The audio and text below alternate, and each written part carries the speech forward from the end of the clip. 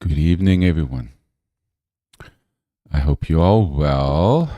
Thank you for joining me for the Wednesday evening prayer gathering, where we sort of get together for a group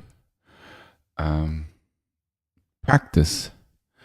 There's a great power in practicing as a group, and it's nice to have a firm time in the middle of the week where we can get together and sort of schedule a moment to sort of anchor our practice. So I'm not hearing myself talk. I wonder where.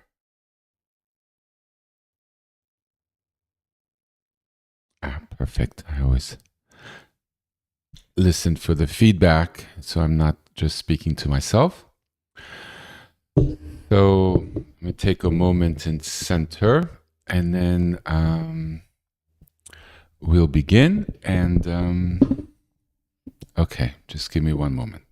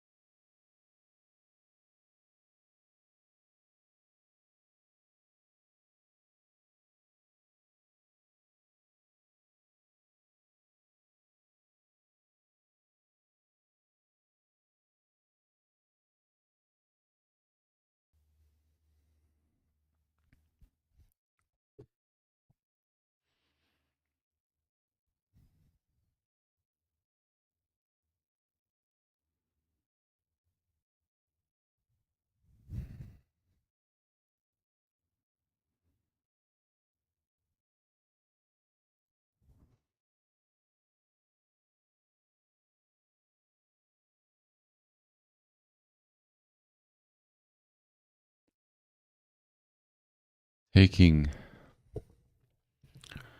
that moment to sort of line up, to catch that breath,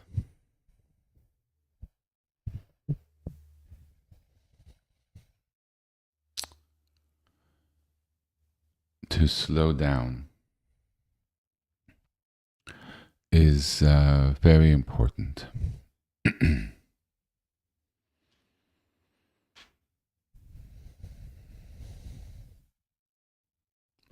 In some ways, we claim ourselves. We get parts back of ourselves. When we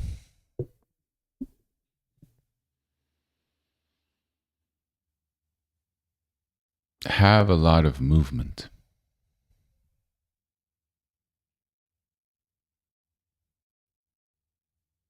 when we're not fully grounded, we're not really moving with all of ourselves. There seems to be the part of ourselves that has that momentum, but there's pieces of ourselves that's sort of left behind. So I'm fidgeting with this microphone stand. One moment.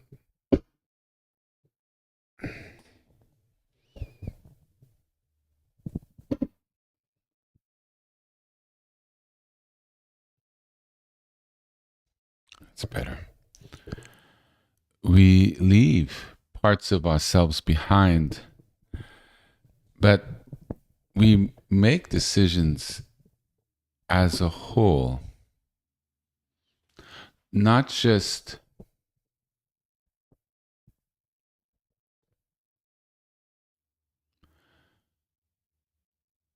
certain parts of ourselves that are more active, when we're a little more scattered, for less of a better word. But there's parts of ourselves that have deep sanity, parts of ourselves that are grounded, where that movement, that speed, that wind can't affect. So there's parts of our mind, ourselves, our emotions, what we consider to be us, that are more dominant when there's movement. But when we sit down, and calm down and slow down, there are parts of ourselves that kind of come up from deep within. And it slows down that movement, that air energy, that flightiness, the anxiety, the lack of being grounded in one's thoughts, the emotions that arise from that tends to subside, go down. Because it's really only a fraction of us. But if we don't bring the whole of us to the equation, that fraction of us sort of decides for everything else. A lot of taking time to practice, to be in quiet, to sit with a candle, even in the once a week, in the middle of the week per se, helps us to reconnect, to anchor, to allow the energy that is very solid within us, very grounded, that earth energy, to resonate, to touch in, to infuse, become a part of all of us, all the wholeness of us. And the air, the movement, the speed, the anxiety, the anger, the rush, the judgment, everything else somehow goes away and we feel better. It's because it lives in movement. Sanity, S-A-N-T-I-T-Y, I think, S-A-N-I-T-Y. I'm getting anxiety with spelling, not the best speller. The opposite of insanity, craziness. There's a deep sanity and wisdom within us, almost like that 24-karat gold. But it's something that we learn to bring forth. We are used to quick minds, full of emotions, quick decisions, not stopping all day long, go to sleep and maybe the dreams are just as fast, get up too early, run through our day, and we don't even realize that 24 karat of groundedness, of deeper wells of wisdom and sanity, where these quick, flighty emotions go away. And we realize we're not those emotions. We're not that thinking. And we realize we're much more than that. Because we've expanded. And not outwards. We've expanded downwards. And we found sometimes, for the first time in our lives, a certain solidity within ourselves, which allows the temperature within us to go down. We become whole. Yes?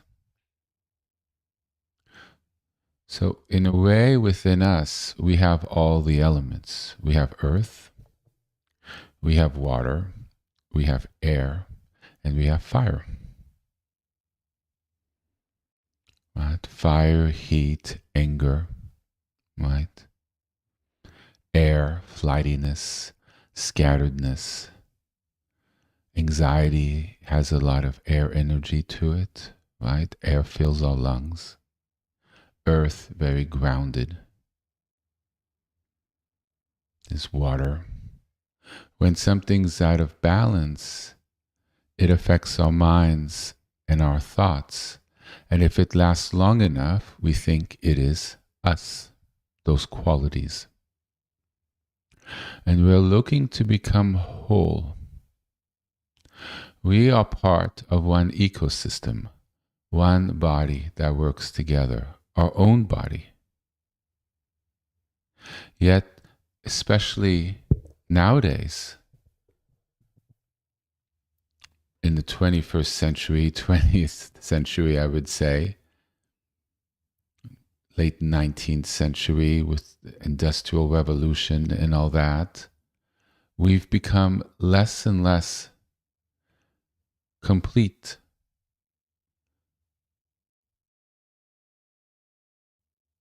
We've lost touch of being a whole, W-H-O-L-E, whole being.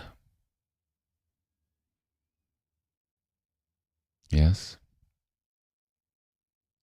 The balance isn't fully there. So when we take time, it could just be 15, 20, 40 minutes a day, especially most important at the beginning of the path, essential at the beginning of the path, because we learn to ground, we learn to come back to earth, to our seat, where we are seated, and we learn, like one of my instructors from the very beginning said, learning to stay. Stay what? Stay present and stay there where you are. And with that practice, we become present, and in that present, we ground. We move our seat, our presence, wherever we go during the day or in the world. We're anchored. So what may happen around us, we're in that anchor. We're in that still point. And we found that inner alignment, that inner posture. In that wholeness that we are, we're able to engage in the world outside of us. In that wholeness that we discover and are able to live, we're able to engage in the world, anything outside of us, we engage in it in a different way. From wholeness, not just parts of us, aspects of us. And then another aspect of us will be like, oh, I don't know if I did that right. And another one will be like, well, that was correct. And then you're like, no, that really wasn't, that was not quite all there. Because we're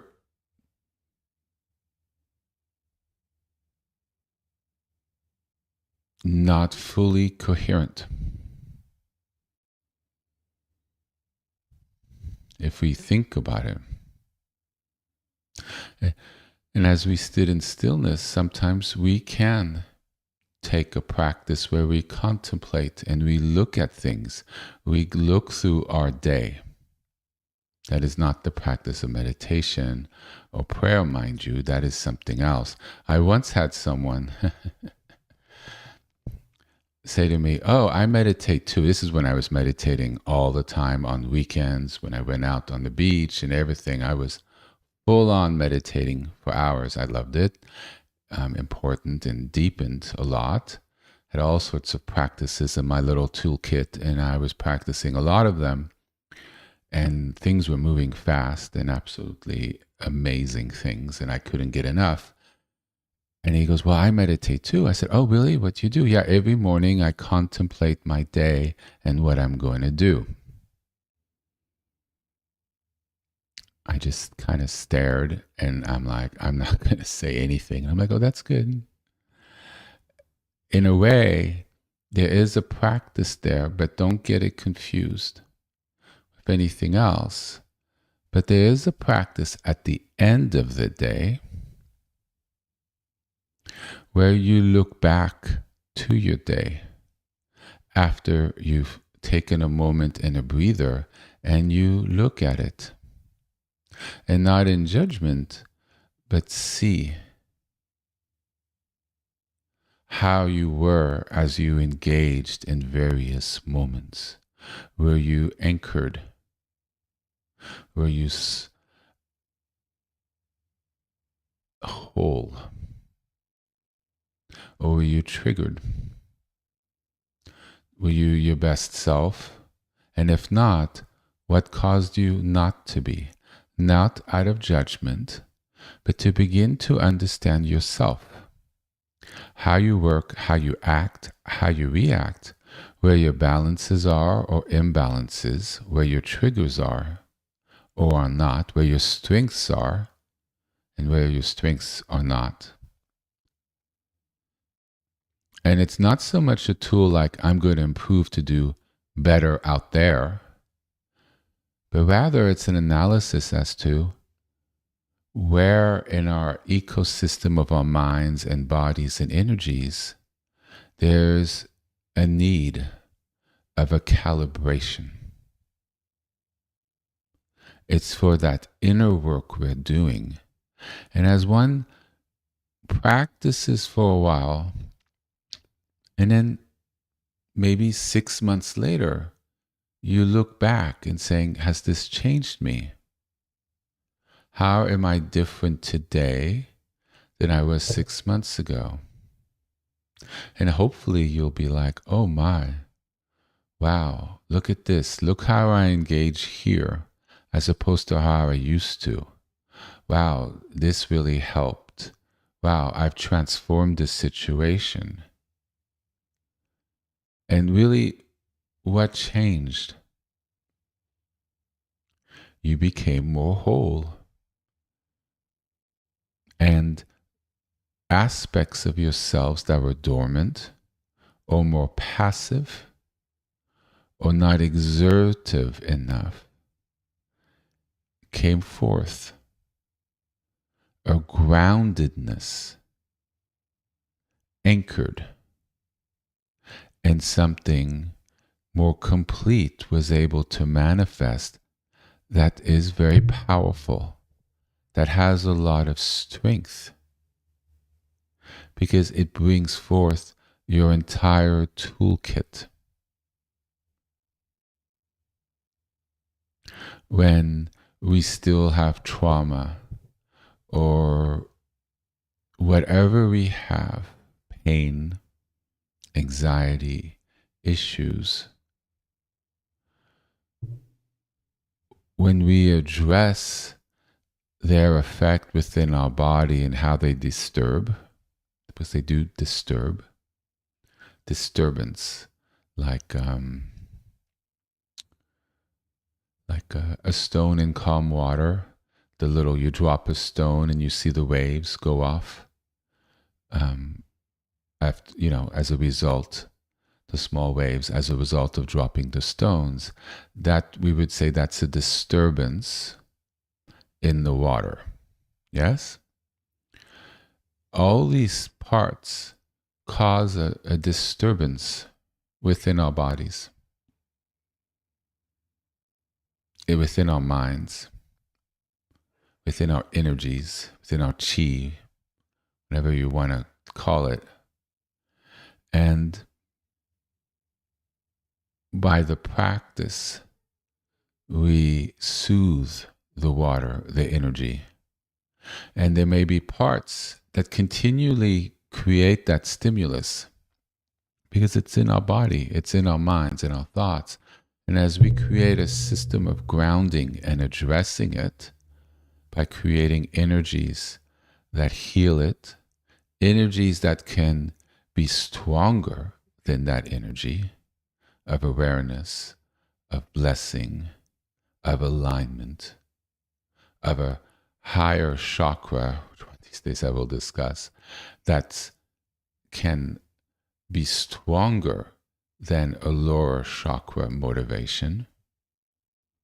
Therefore, you're not as affected from more base emotions, more base, oh Lord,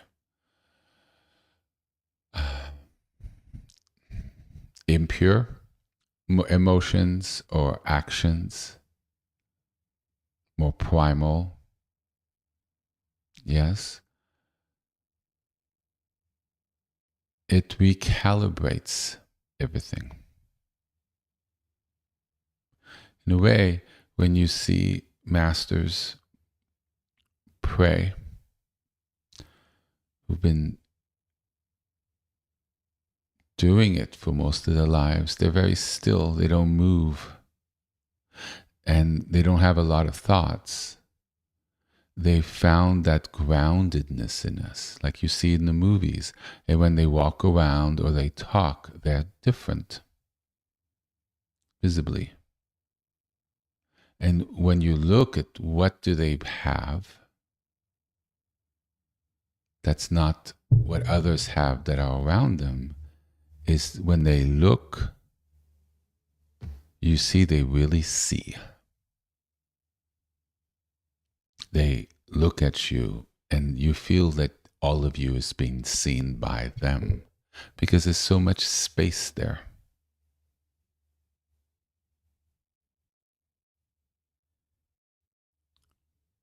So, wholeness. In the stillness, we find ourselves.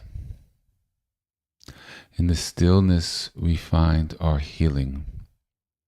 And in the stillness, we find our future.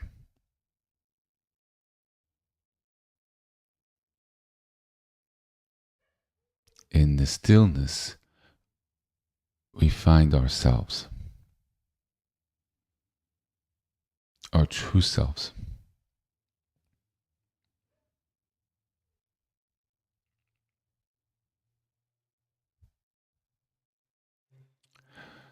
So let's do our practice.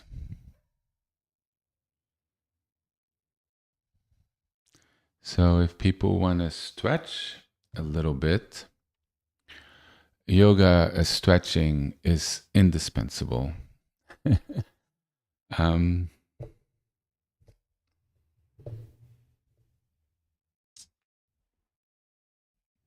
So I might be a little more hands-on during this period and give more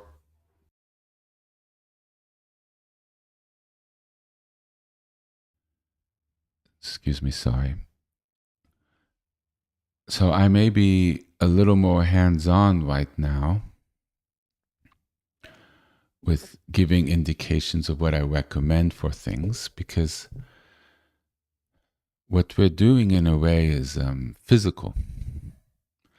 So we physically need to do things because we're working with our bodies.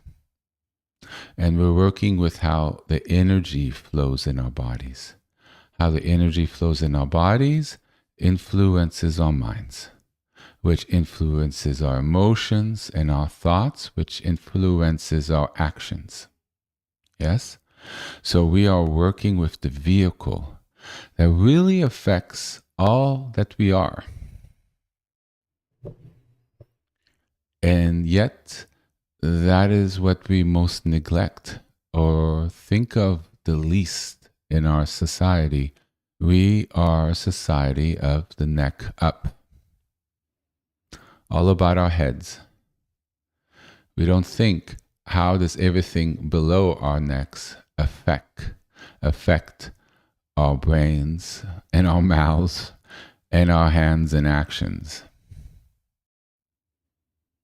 We don't.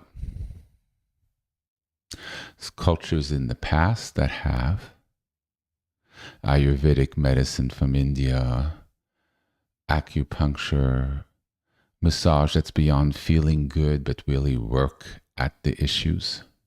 Yogas isn't just for looking nice and tight in skimpy little outfits and going to the yoga studio because it's what's in and all that.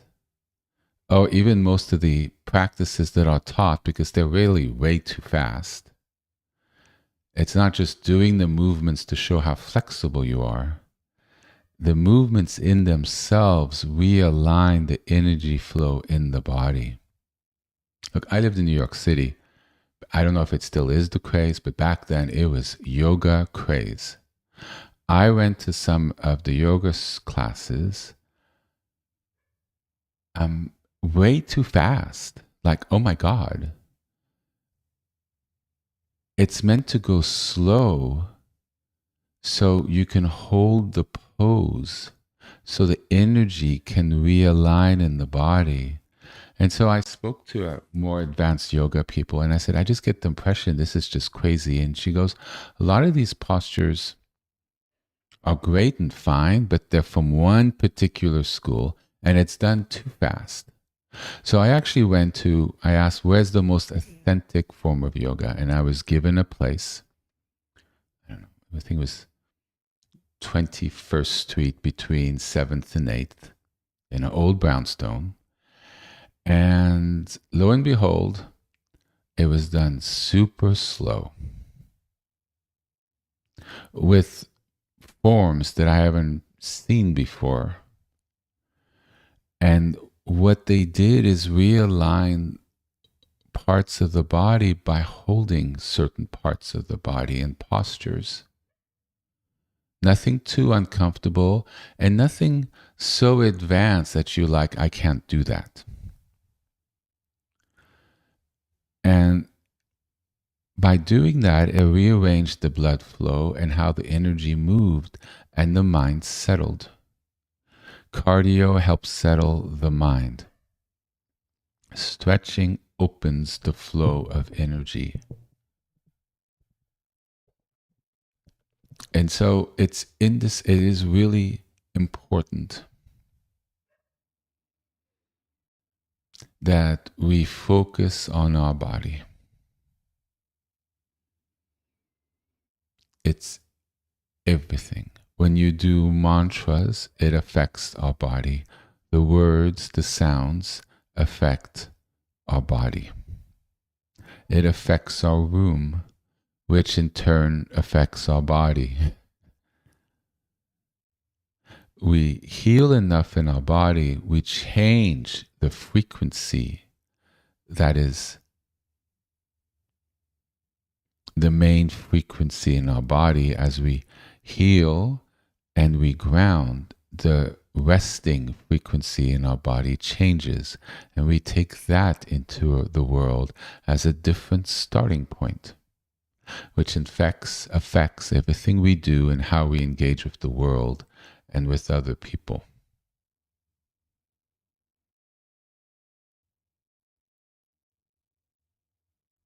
Which in turn affects our practice and our mantras. There's less for it to work through. And then you start getting into the wow aspect more.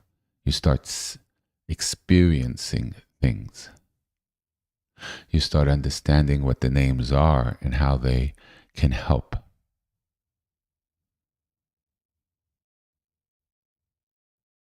But it comes from remembering that we are more than the neck up. It comes from working on our body. And so stretching, any stretching is important. Yes? And it's winter. And I recommended people to go to the gym. Just be careful during winter. There's all these new respiratory viruses out there. And last year there was 3 or 4, and then the COVID on top. And Lord knows that didn't used to exist back in the day. Before, it was just a flu and a cold. So be careful, right? If you have, just be careful. Maybe wear a mask or whatever, especially if you're older. Just be careful with what it's like out there as you go. We have to maintain our healthy body. And it's December. So I just wanted to say that because, I go off as if it was 20 years ago, and it is not the climate of 20 years ago. So, but it is important. We need to reclaim and take back our body. I don't think we've ever fully thought of our bodies. We might work on looking good, being firm, all that good stuff, nice skin. That's great. But the alignment of our body, the tenseness of our body, the pain in the lower back that we've lived through with years, that we don't ever get fixed. I'm very guilty for that one. Taking salt baths with Epsom salts, soaking in that is so helpful. It relaxes the tension. And if you do a stretching afterwards, carefully, because you're more loose, but you'll learn how to do it after doing it a couple times in a safe way, you realize your stretches go deeper, and then you maintain it going forward. And just by doing that, you see when you go about your day, you engage in a different way. And after a week, 2 weeks, 2, 3, 4 months, you'll see your relationship to your body is very different. Because we've aligned it. An engine that's not in alignment will break down. An engine that's not in alignment will have bad miles per gallon, may not burn all the gas so it comes out the back and the car smells, and the exhaust could burn the gas, and I think that's when cars go black in the back. I don't know, in the smog area. It's just not a good deal. So let's do our practice. We bring back health. We bring back sanity. This isn't just only metaphysical or religious or trying to get these mystical goodies. This is very, very, very practical.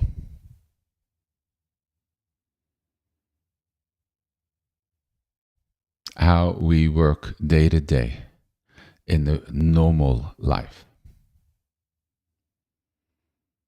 How we have a better quality and health in our lives. How we live longer.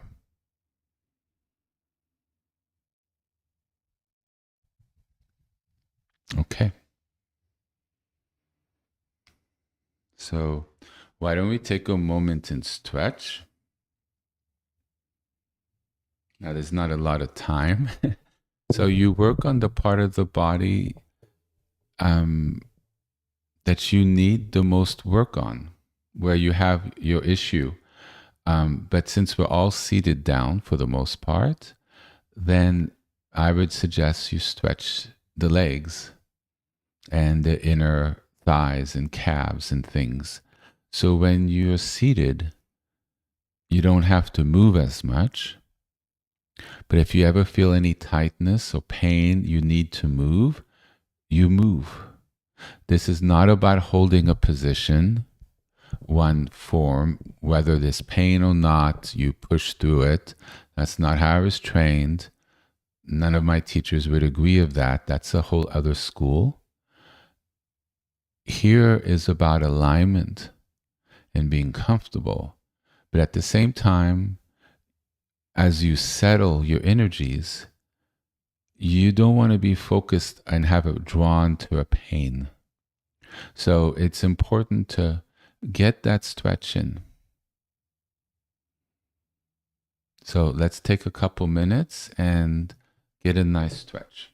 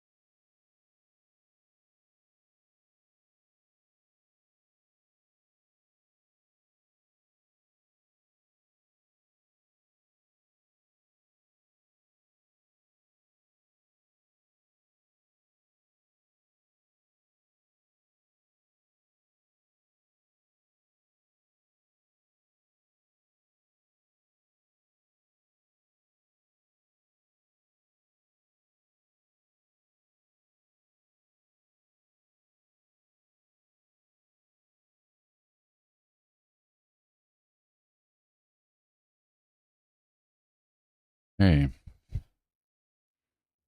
need a little more time, continue.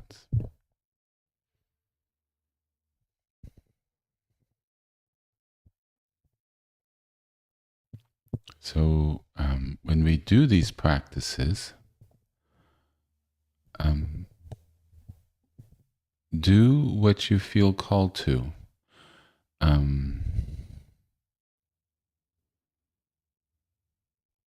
Sometimes it's good to sit in silence, look what's in front of you, follow your breath. It's a form of practice. I think I mentioned it. I gave a very powerful form of it. When was it? August, September, before the High Holy Days. And then I gave another several talks about it in last spring, and then the year before that a few times, on finding this spaciousness. And we just sit in presence and allow the thoughts to go away and things leave us. Energies have the space to leave. Things stay with us because they're compressed. The tension, the holding, the burying of them creates a pressure, so they stay. When we create space, when we stretch, when we pray, when we exercise, it creates space within us. And they naturally start moving in a way, becoming exposed, and then they leave. Why? Because our body naturally doesn't hold on to anything. So the moment we create space and we heal and we improve the flow of energy in our body, these things, these energies, these thoughts start working their way through and out. Because there's nothing in our body that really holds them in.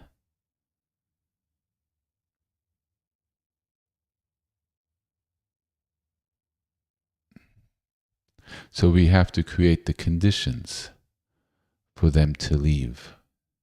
And they just go. And with time, they go, go, go, go, go. And then at some point, regardless of how our day was, they don't stay that long because there's so much space in our body that there's really nothing for them to hold on to and anchor anymore. We become open, clear. There's less weight to us that things we're holding. In that space, there's a deeper form of grounded. Because there's little for things to throw us off our balance. There's little disturbance in the energies, and then our body is able to feel the earth more. Our minds have settled deeper in. Our minds are no longer anchored in our heads. The energy of our mind is anchored in our entire body. Our body is supposed to be our entire body, not just our heads. Our thinking is supposed to be with our entire bodies together.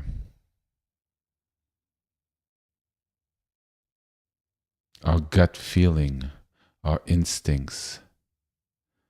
The tension is not just supposed to be shared in our head, like we think our head's going to explode. It's supposed to be shared with our whole body, so it's less intense. And if we're grounded, it emanates from our bodies as waves.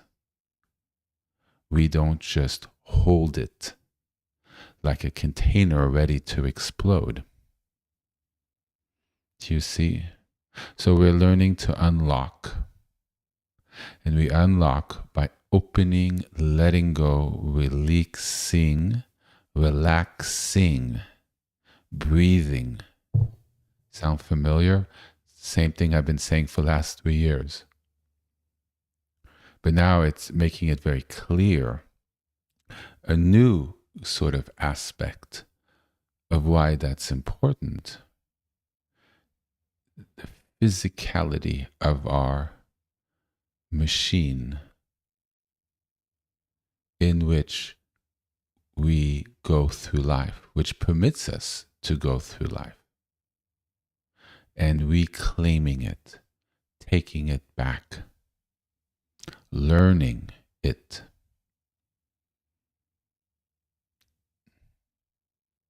discovering it.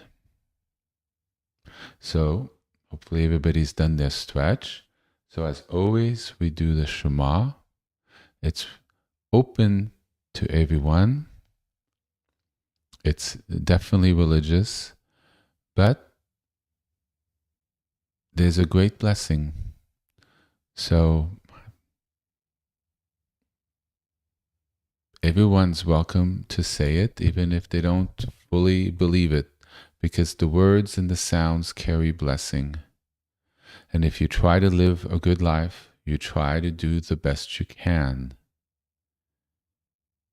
and you wish a blessing to help do that, then you're welcome to say it. And hear, O Israel, Israel, in this way that it's used, means all those who believe in God. So you're saying, hear all those people, all of us who believe in God, and then you make this proclamation of faith. But it's very, very old.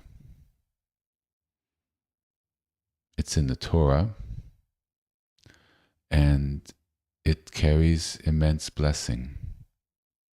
And that's why we start with it.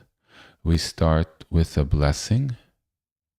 It anchors us.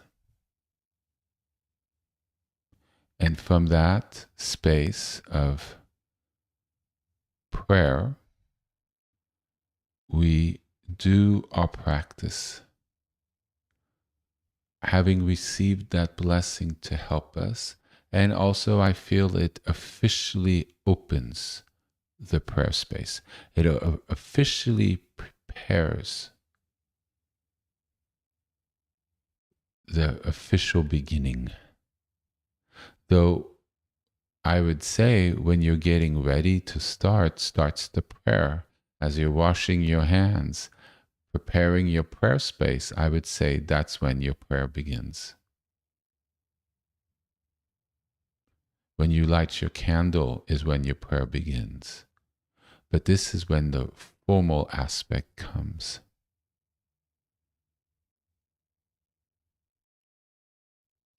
And so feel free to do the practice you wish tonight.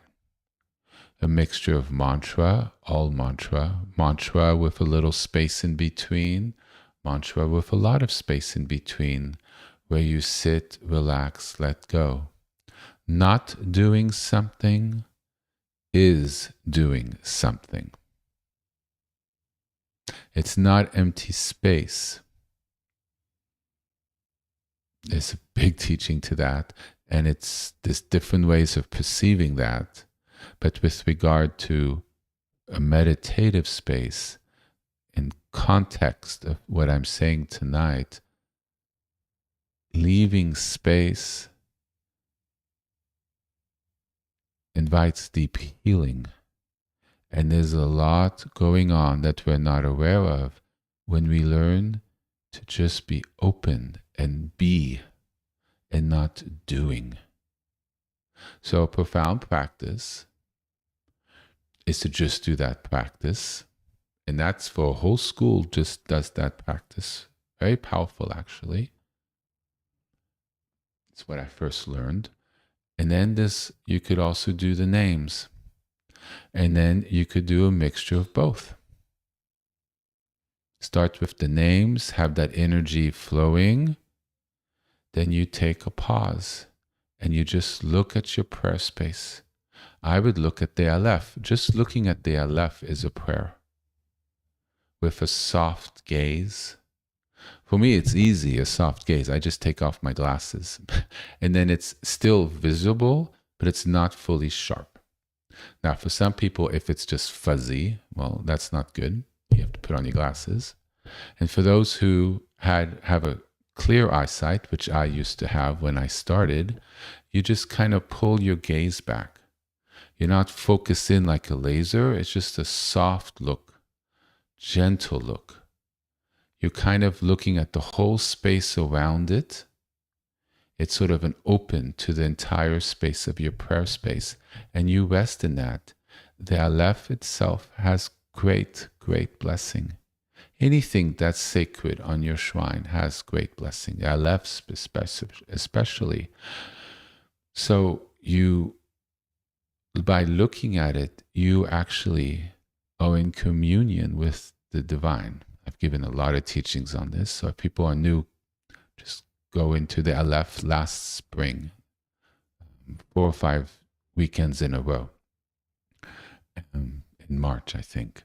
So you, just by resting, you are actually in a way doing a mantra by just staring at the symbol of the Aleph. And resting in that space, it recalibrates you. And the space does a lot. And when you see your mind starting to wander, and you start thinking about today or how you're fidgety or what you want to do afterwards, your anchor could either be to refocus on what you're looking at, but the mantra possibility is you start doing the name of God again. Rekindle that energy of the name. You will find it will reset, center, and calm your mind. And then once you've regained that stability, that calm, the thoughts have settled, then you re-go into just sitting and being present in stillness. Being present in stillness learns to discipline the mind. It teaches you to be that rider on the horse that's aligned that I spoke about last Sunday. The mind does not like stillness. For the mind, stillness is a form of dying. Why? Because all the thoughts and movements and anxieties and worries trigger a certain part of ourselves. Oh Lord, I don't know if I want to go there. I've spoken about it a lot, but people who are new are going to find it a little shocking. That's not real. What's really us is beneath that surface, but we don't recognize it because we're all in the surface of that movement and we think that's what we are. No, we're something much greater that's right beneath. And as we calm down and the speed slows down and we embody, E-M-B-O-D-Y, we sort of embody, sort of fill into our body or move into our body, become our body, ironically, we settle.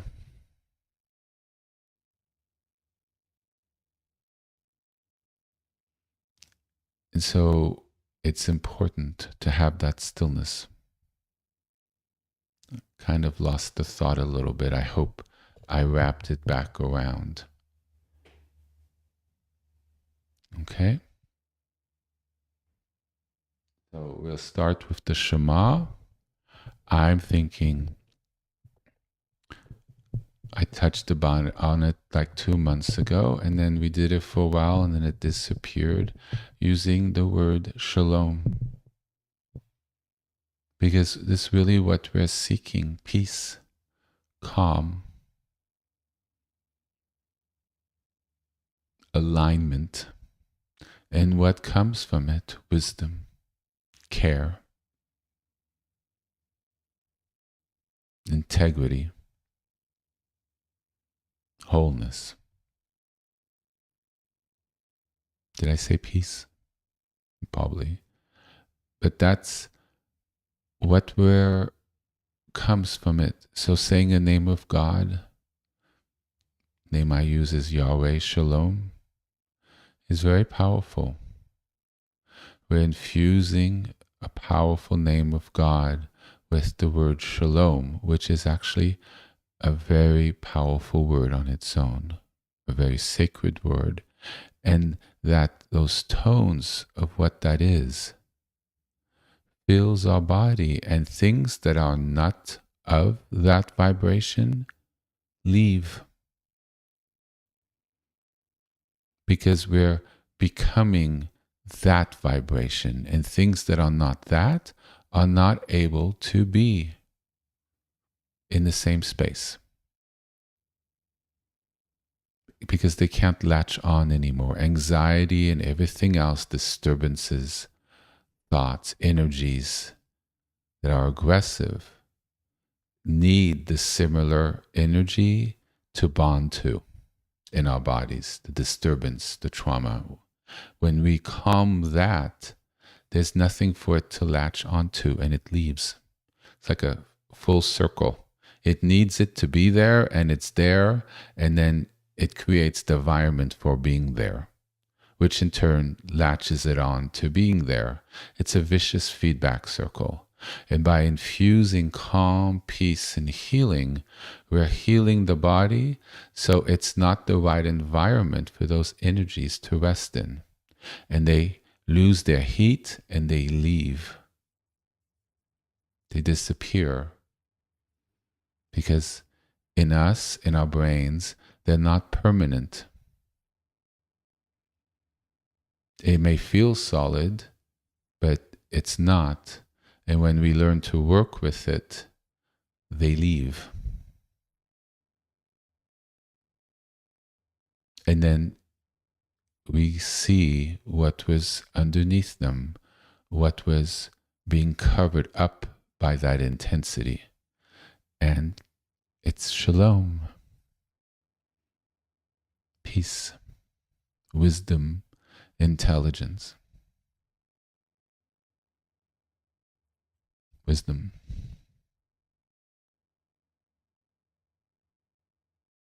It's very healing. You know, we say Yahweh Rapha, or Adonai Rapha, or Hashem Rapha, or any of the other names of God. Heal us, please heal us. But shalom is also very much healing. We're calling on the peace of God, that energy of God, versus we're asking for divine intervention, and the name itself brings healing, Wafa, Wafa. But when we say the word shalom, we are not asking for an active intervention. We are bringing forth the energy of the word, of God's energy, of shalom, through our action. We're summoning peace, shalom, from a powerful source. So it's slightly different in the way it goes about it, but it does a lot of the same thing. Everything of the same thing. But it's more in us.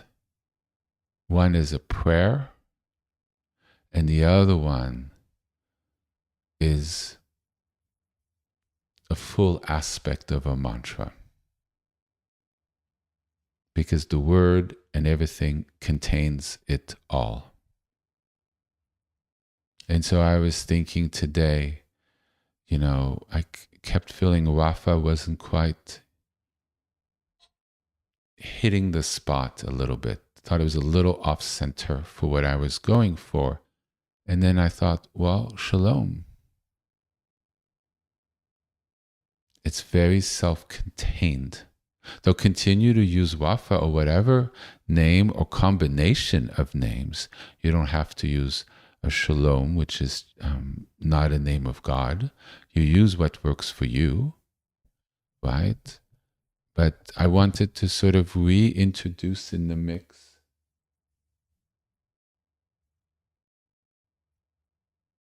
of shalom for your consideration. And that's the name I'll use. And if you feel called, say it along with me, or use the name of God in conjunction with the word shalom that you feel comfortable with. I would suggest you use the name that you mainly use, or if you feel called to, use the name that I use in my practice. And that'll help create a toolkit, another something that you can use when you feel called to expand your use of the different names of God, if that works for you. If not, that's completely fine. So you can do your own pace. I was thinking,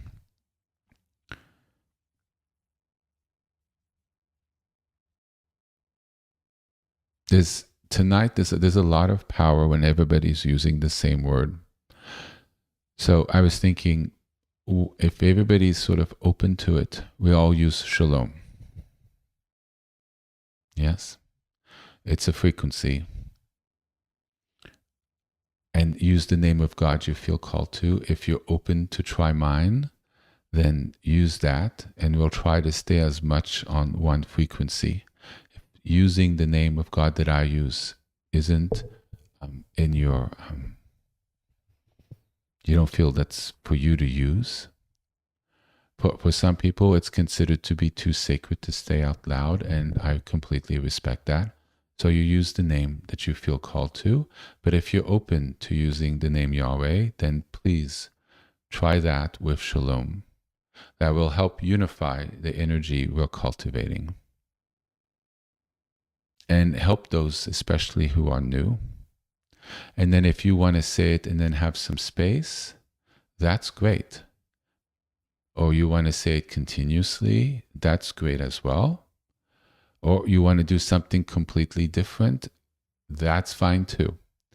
But the extent that you would like to, let's just try to stay on one. Because every name and everything and different words you attached at the end, Shekhinah, Rafa, has a certain different energy. So it's always beautiful when everybody sticks to the same one or close to the same one. And that sort of group practice has a whole integrity to it. It becomes like one. The prayers come together. And sometimes you could really feel it, even, that we may be apart. All right, so we start with the Shema. One second, let me find my glass of water.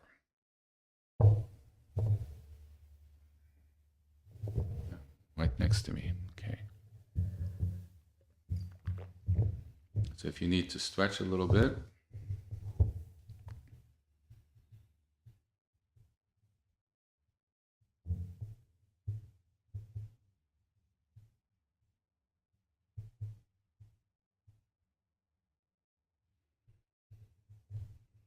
I always seem to lose feeling in my legs when I talk. And it's hard for me to get into the posture.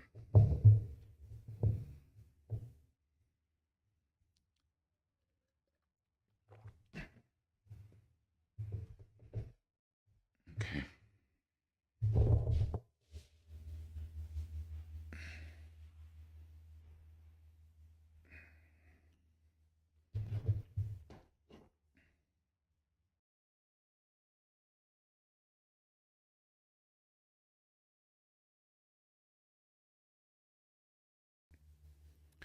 Okay.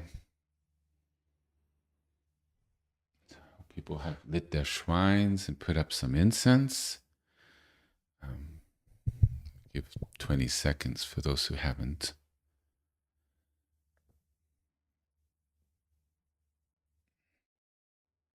And when we say the Shema, we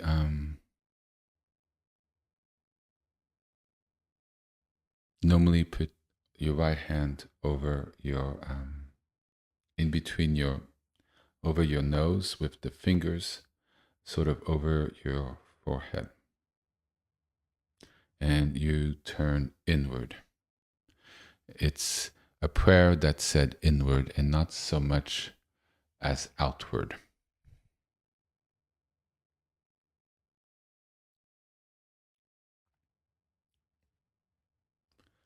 Shema Israel, Adonai Eloheinu, Adonai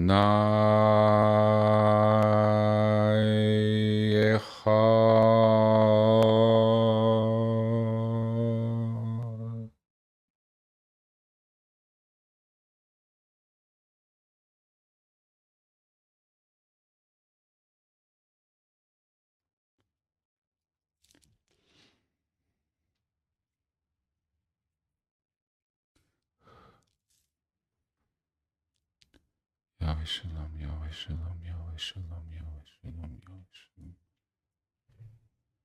Yahweh Shalom, Yahweh Shalom, Yahweh Shalom.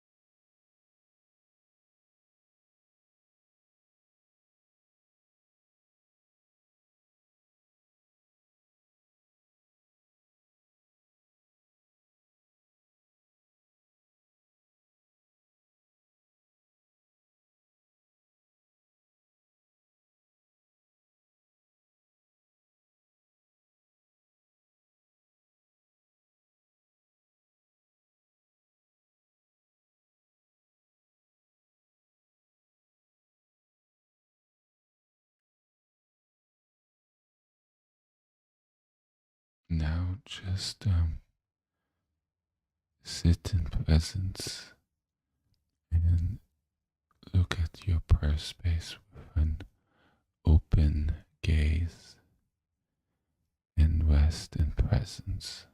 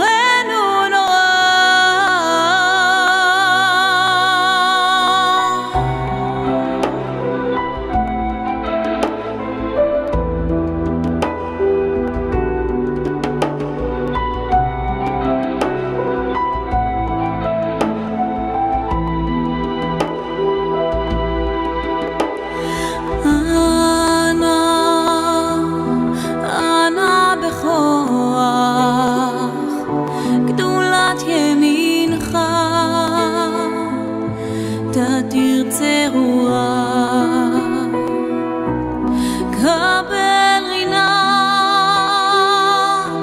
עמך סגבנו, טהרנו, טהרנו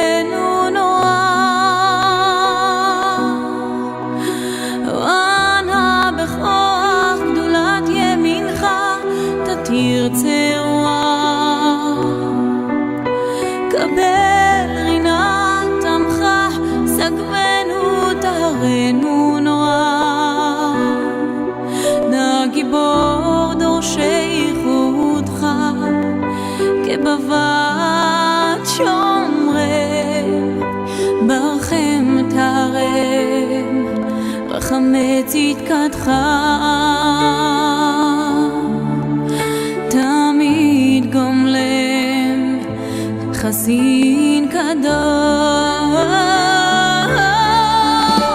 חסין קדוש, ברוב טובך נהל עדתך. יחיד גאה לעמך פנה, זוכרי קדושתך. שבתנו קבל ושמע צעקתנו, יודע תעלומות. אנא, אנא בכך, גאולת ימינך, תרצה רוח.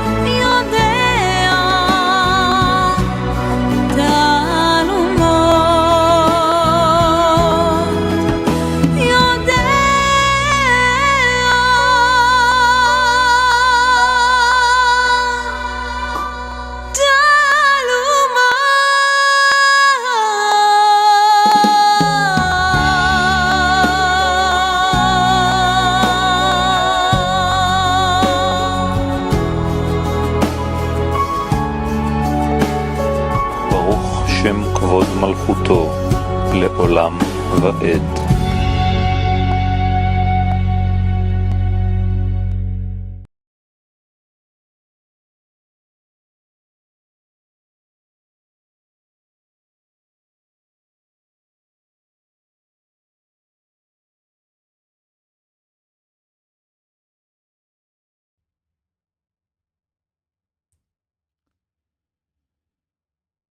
Thank you so much for joining me this evening. It's been an honor and a beautiful practice. So thank you so much for that. I wish you a wonderful evening and a beautiful and blessed rest of your week. And I look forward to being with you all on Sunday. Good night.